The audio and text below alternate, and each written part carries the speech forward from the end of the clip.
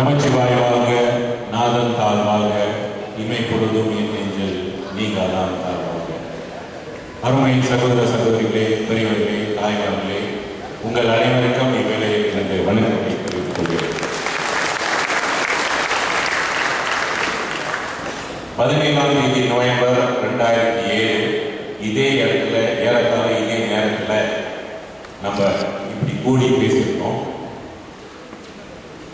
அந்த காலகட்டத்திலேருந்து இது வரைக்கும் ஏறத்தாழ கிட்டத்தட்ட 5 வருஷமாகுது. இந்த 5 வருஷ காலகட்டத்தில் இந்த இன்ட்ரா ஜோதியை இன்னும்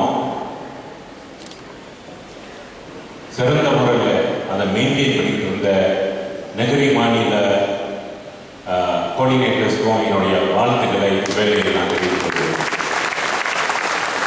அதே வேளையில் இன்னும் மிகப்பெரிய சிறப்பு என்னன்னு சொன்னால், அன்னைக்கு வந்து கொண்டு தான் அதே மாதிரி தான் நீங்கள் வந்திருக்கீங்க. முதல்ல உங்களுக்கு தான் ஒரு பெரிய வேலை.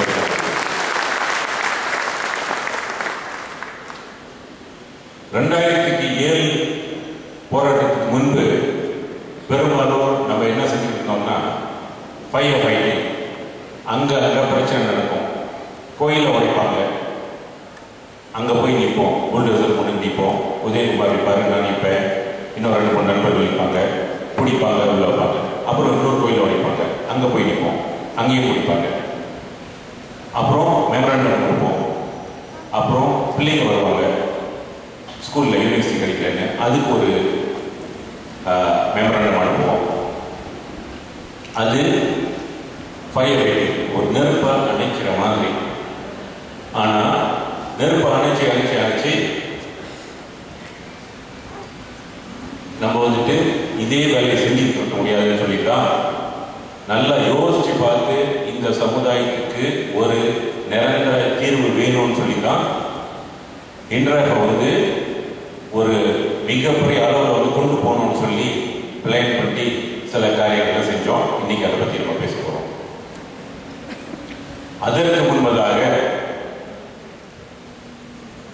நாட்டில் வந்து 30,000க்கு மேல NGOs இருக்கு, கட்சிகள் இருக்கு. ஆனா யாரையும் அரசாங்கம் தடை செய்யல. இன்றைய மட்டும்தான். ஏன்னு சொன்னா இன்றைய அவங்களுக்கு பயம். இன்ன வரைக்கும் தடை செய்யப்பட்ட ஒரு ஆர்கனைசேஷன், ஆனா இந்த மாதிரி கூட்டம் செஞ்சுக்கிட்டு, நேஷனல் கன்வென்ஷன் செஞ்சுக்கிட்டு, ஐநா சபையில் போய் பேசி, அமெரிக்கா செனட் காங்கிரஸ்ல பேசி, லண்டன் பார்லிமெண்ட்ல பேசி, ஹாலண்ட் பார்லிமெண்ட்ல பேசி, யூரோப்பியன் பார்லிமெண்ட்ல பேசுறோம். உலகம் முழுக்க நம்ம இன்ட்ராஃப்ட் அங்கீகாரம் இருக்கு, மலேசியால மட்டும்தான். சரியாங்க? ஸோ என்னென்னவோ முயற்சி செஞ்சாங்க இன்ட்ராஃப்ட் வந்துட்டு ஒழிக்கிறது. தீவிரவாதிகள் பிரபாகரன் தொடர்பு இருக்கு. 2004 முதல் தடவையா சுனாமி போயிருக்கேன். அப்போ சொல்லிட்டாங்க இவருக்கு அந்த தொடர்பு இருக்கு அப்படின்னு. மக்கள் நம்பல. அப்புறம் ISI பிடிச்சி பயம் கட்டினாங்க. அப்பயும் மக்கள் பயப்படல. ISI வந்துட்டு அந்த காலத்திலேருந்தே பிடிச்சிட்டு இருக்காங்க. லிபிக்ஸ், யாங்கார், பால்சிங், பட்டோ, டேவிட் எல்லாம் பிடிப்பட்டிருக்காங்க. யாரையாரையோ பிடிச்சி பயம் கட்டியிருக்காங்க. ஆனா இன்ட்ராஃப்ட் மட்டும் பிடிச்ச கையோட எந்த அளவுக்கு போராட்டம் செஞ்சு இன்னைக்கு அந்த சட்டமே இல்லாம ஆக்கிட்டோம். அதான் நம்மளுடைய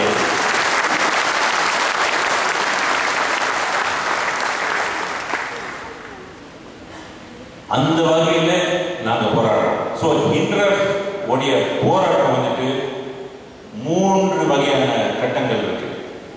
முதல்ல வந்து என்னன்னு சொன்னா, இன்டர்நேஷனல் லெவல்ல, உலக லெவல்ல வந்துட்டு திரு சமலிங்கம் சொன்ன மாதிரி ஐநா சபையில இருந்து எல்லா இடத்துலையும், European parliament, London parliament, Holland parliament, Belgium parliament, America Congress, America Senate எல்லாம் போயிட்டோம்.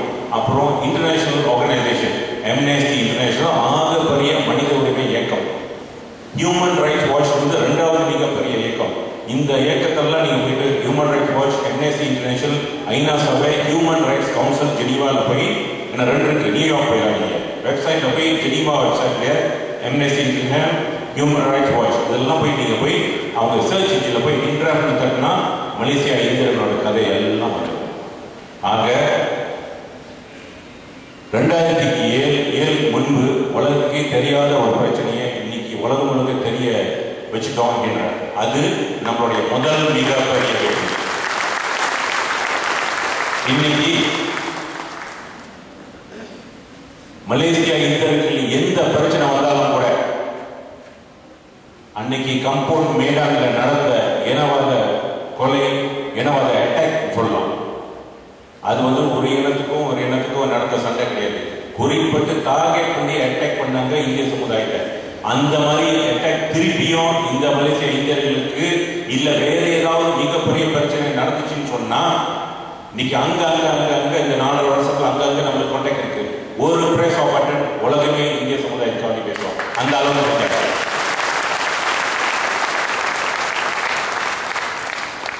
இரண்டாவது நம்ம சிவில் வழக்கு 2007 ஃபைல் பண்ணோம். அப்புறம் என்ன நடந்ததுன்னு உங்களுக்கு தெரியும். ஐசி பொடிப்பட்டு கொஞ்சம் தடுங்கலாச்சு.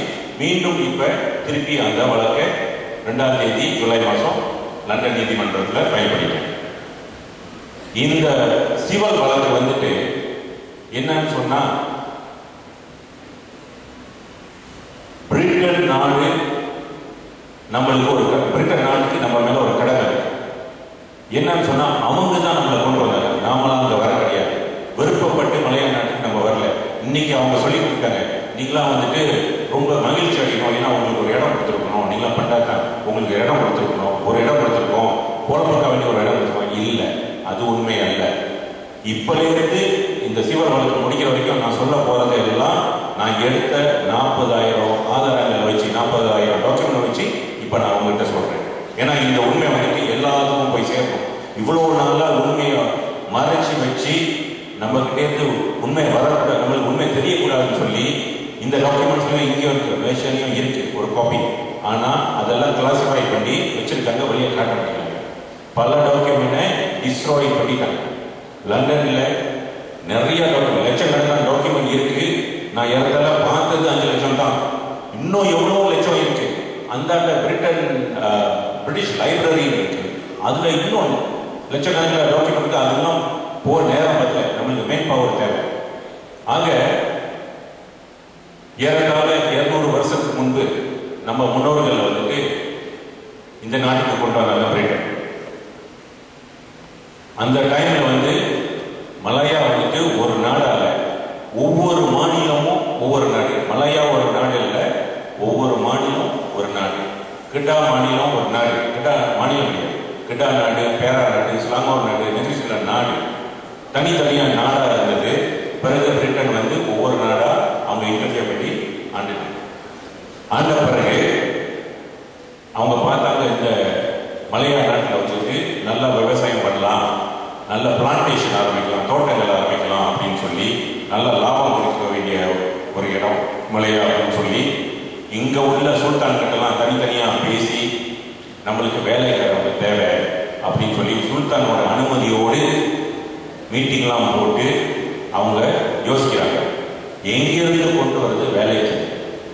ஆராய்ச்சி பண்ணி பார்க்கும் பொழுது அந்த டைம்ல பிரிட்டன் பாதி உலகத்தை ஆண்டு ஆராய்ச்சி பண்ணி பார்த்ததுல அவங்க என்ன சொல்றாங்கன்னு சொன்னா தென் இந்தியாவை சேர்ந்த தமிழ்நாடு, கேரளா, ஆந்திரா இந்த 3 மாநிலத்தில் உள்ள இந்தியர்கள், மலையாளம், தெலுங்கு இந்த 3 இனமும் ராமம் பகலமா உழைக்கிற சமுதாயம். இவங்களை கொண்டு செஞ்சா இந்த தோட்ட பிசினஸ் நல்லா செழிப்பு அடையும் அப்படின்னு சொல்லி அவங்க முடிவு எடுத்து அதோட இன்னொரு குவாலிட்டியும் இருக்கு நம்ம இனத்துக்கு. என்னன்னு சொன்னா அவங்களுக்கு தெரியும் இந்த இனம் ஒரு விசுவாசமான இனம், துறைக்கு விசுவாசமா வேலை செய்யற ஒரு இனம்னு சொல்லி இந்த 3 இனத்தையும் மலையாளம் கொண்டு வரும்போது இங்க உள்ள சுல்தான் அவங்களாம் மறுபடியும் போட்டு ஒரு மீட்டிங் போட்டு, ஏன்னா அவங்க வரல, அங்க போய் என்ன சொன்னாங்க, யாரும் வரல. வராத கட்டத்தில் இந்த பிசினஸ் கொஞ்சம் ஆரம்பிச்சிட்டாங்க. உண்மையிலேயே முதல்ல நமக்கு 1786 பிணைங்கள முதல் வந்த இந்தியர்கள். அவங்க வேற டைப் பண்ணாங்க. 2வது கட்டத்தில் அதுக்கு பிறகு வந்தாங்க. 1830 வரைக்கும் இன்னொரு வகையான ஆள் வந்தாங்க, அவங்களும் ஆரம்பிச்சாங்க சின்ன லெவலில். ஆனால் மிகப்பெரிய அளவில் வந்தது 1886 30க்கு பிறகு தான் மிகப்பெரிய அளவில் வந்தாங்க இந்தியர்கள். ஆக இவங்களை எப்படியாவது கொண்டு வரணும் அப்படின்னு சொல்லி நம்மளுக்கு வேற மேன் பவர் தேவைப்படுது இந்த நாட்டில். ஒரு உதாரணம் சொல்றேன். சிலாங்கூர் எடுத்துக்கிட்டா 10,000க்கு குறைவான மலாய்க்காரங்க தான் இருந்தாங்க. ஏறத்தாழ 8,000 சுற்றம் தான் இருந்தாங்க சிலாங்கூர் மாநிலத்தில் 1888. அப்போ பிளான்டேஷன் அப்போதான் சிலாங்கூரை வந்து அவங்க பிடிச்சிருக்காங்க. பிடிச்சிட்டு இந்த பிளான்டேஷன் ஆரம்பிக்கிறதுக்கு வேணுமே ஆளுங்கன்னு சொல்லி சிலாங்கூர் சுல்தான் கூட பேசி எப்படியாவது ஆளுங்களை கொண்டு வரணும்னு சொல்லி ஒத்துக்கிட்டு போய் அட்வர்டைஸ்மெண்ட் செஞ்சாங்க. சரியா வரல. அப்புறம் ஒரு மீட்டிங் போட்டு தமிழ் பேசக்கூடிய ஒரு வெள்ளைக்காரனை இந்தியாவுக்கு அனுப்பி அங்க கிராமமா போய் ஒரு யானையை நல்லா டெக்கரேட் பண்ணி அந்த யானையில தங்கம்லாம் போட்டு அந்த வெள்ளைக்காரன் கிரீடெல்லாம் போட்டு கிராமமா போய் பார்த்து ஜமீன்தார்லாம் பார்த்து நீங்க எல்லாம் வாங்க மலேசியா கொடுத்து வேலை செய்யுங்க, நல்லா செழிப்பா பார்க்கலாம், நல்ல நாடு அது அப்படின்னு சொல்லி போய் என்கரேஜ் பண்றாங்க. அப்ப நான் வந்துட்டு இந்த டாக்குமெண்ட்லாம் சேஃப் கீப்பிங் வாங்கி நான் கொண்டு வரல. ஏன்னா என்ன பிடிச்சிட்டாங்கன்னா எல்லாம் எடுத்துருவாங்கன்னு சொல்லி எடுத்து வரல. ஒரு ஸ்டேம்பிள் மட்டும் ஒன்று மட்டும் என் கையில் இருக்கு. இப்படியாப்பட்ட ஒரு அட்வர்டைஸ்மெண்ட் தான் போடுறாங்க. இதுல என்ன போட்டிருக்குன்னா வாண்டட் ஒர்க்கிங் மேன், வேலைக்காரர்கள் தேவைப்படுகிறார். அவங்களுக்கு வந்துட்டு 2லிருந்து 3 வருஷம் வரைக்கும் கொத்தடிமைகளாக வேலை செய்ய வேண்டும். உங்களுக்கு சம்பளம் ஆண்களுக்கு 7 ரூபாய், பெண்களுக்கு 5 ரூபாய். நீங்க ஒத்துக்கிட்டீங்கன்னா கொத்தடிமைகளாக வேலை செய்யற ஒத்துக்கிட்டீங்கன்னு சொன்னா நீங்க வர ஜர்னி பயணம் பணம் எல்லாம் அவங்களே போட்டு உங்களை கொண்டு வருவாங்க. மிக முக்கியமா என்ன சொல்றாங்க, நீங்க மலாயால வந்து பெர்மனண்டா செட்டில் பண்றது மலாயா அரசாங்கம் விரும்புது. அதுக்காக வேண்டிய நில வசதிகள்லாம் செய்ய கொடுக்கப்படும் அப்படின்னு சொல்றாங்க. அப்புறம் என்ன சொல்றாங்கன்னு சொன்னா உங்க கொத்தடிமை 3 வருஷம் கொத்தடிமை முடிஞ்ச பிறகு, இதுதான் முக்கியமான விஷயம், முடிஞ்ச பிறகு ஒவ்வொரு குடும்பத்துக்கும் 5 ஏக்கர்லேருந்து 10 ஏக்கர் நிலம் வரை கொடுக்கப்படும் அப்படின்னு சொல்லி மீட்டிங் போட்டு, ரெசிடென்ட் ஜெனரல் மீட்டிங் போட்டு எல்லா சுல்தானுடைய சம்மத்தோடு சைன் பண்ணி அங்கே எல்லா மாநிலங்களுக்கும் அனுப்பி இந்தியாவுக்கும் அனுப்புறாங்க. ஏன்னா இந்தியாவும் அந்த பிரிட்டன் அரசாங்கம் தானே அனுப்புறாங்க. இந்தியாவை அங்க அனுப்பி அங்க எல்லாத்தையும் சொல்லி வர சொல்லுங்கன்னு சொல்லி அந்த ஒரு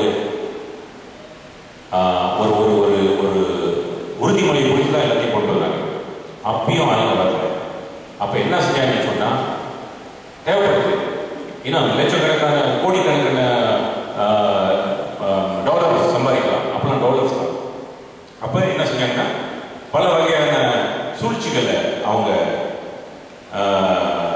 அப்ளை பண்ணாங்க. அதுல ஒண்ணு வந்துட்டு நீங்க வாங்க யாத்திரைக்கு கப்பல் போகுதுன்னு சொல்லி கப்பலில் கொண்டு வந்தவங்க உண்டு. கடத்தி கொண்டவங்க எவ்வளவு லட்சக்கணக்கான பேர். நல்லா வாழலாம். இந்த மாதிரி தான் வேலைலாம் கொடுத்தோம், நீங்க நல்லா வாழலாம். எப்படி நீங்க இந்தியாவில் கோயிலை கட்டிட்டு வசதியா வாழறோம் அதே மாதிரி மலையாளம் நீங்க வாழலாம்னு சொல்லி அப்படிலாம் ப்ராமிஸ் கொடுத்து வந்தாங்க. அப்புறம் வந்த பிறகு கப்பல்ல வந்துட்டு அடைச்சி கொண்டு வந்தாங்க. எப்படி ஜோஹர்ல இருந்து கிட்டாவுக்கு 2000 கோழி தேவைப்பட்டா 3000 கோழி அடைச்சி கொண்டு வராங்களோ, ஏன்னா 1000 கோழி ஜேர்னிலே செத்து போயிடும்னு சொல்லி 3000 கோழி அடைச்சி தான் கொண்டு வருவாங்க. அந்த மாதிரி தான் கப்பல்ல அடைச்சி நம்ம ஆளுங்களை கொண்டு வந்தாங்க. நிறைய பேர் செத்து கப்பல் இருந்து தூக்கி கடல்ல போறவங்க லட்சக்கணக்கான பேர் இறந்துட்டாங்க. மலையாள வந்து இறங்கின பிறகு பிணையிலையும் போட்கலையும் வந்து இறங்கின பிறகு வந்துருவாங்க வெள்ளக்கார துறையெல்லாம் வந்து எனக்கு 1000 கூலிகள் கொடுங்க, எனக்கு 500 கூலிகள் கொடுங்க, எனக்கு 300 கூலிகள் கொடுங்க சொல்லி வாங்கிட்டு போவாங்க. இந்த கொத்தடிமைகளை நம்ம படத்துல பார்த்துருப்போம். இந்த கருத்தவர் ரூட்ஸ்ங்கிற படத்தை பார்த்துருப்போம். எப்படி அவங்க கருத்தவர்கள் அந்த அடிமைகளை எப்படி வாங்கினாங்களோ அதே மாதிரி தான் நம்ம ஆளுங்களையும் அவங்க வாங்கி கொண்டு போய் தோட்ட வேலைன்னு சொல்லி எல்லாம் ப்ராமிஸ் பண்ணி நம்ம ஆளுங்களுக்கு வரும்போது தோட்ட வேலை தானே, துறை தோட்ட வேலை போகலாம் அப்படின்னு சொல்லி நல்லா தானே இருக்கலாங்க. இங்க வந்து பார்த்தா அது தோட்ட வேலை கிடையாது. மலையா ஒரு பச்சை காடு, மலை நாடு, மிஷின் கிடையாது.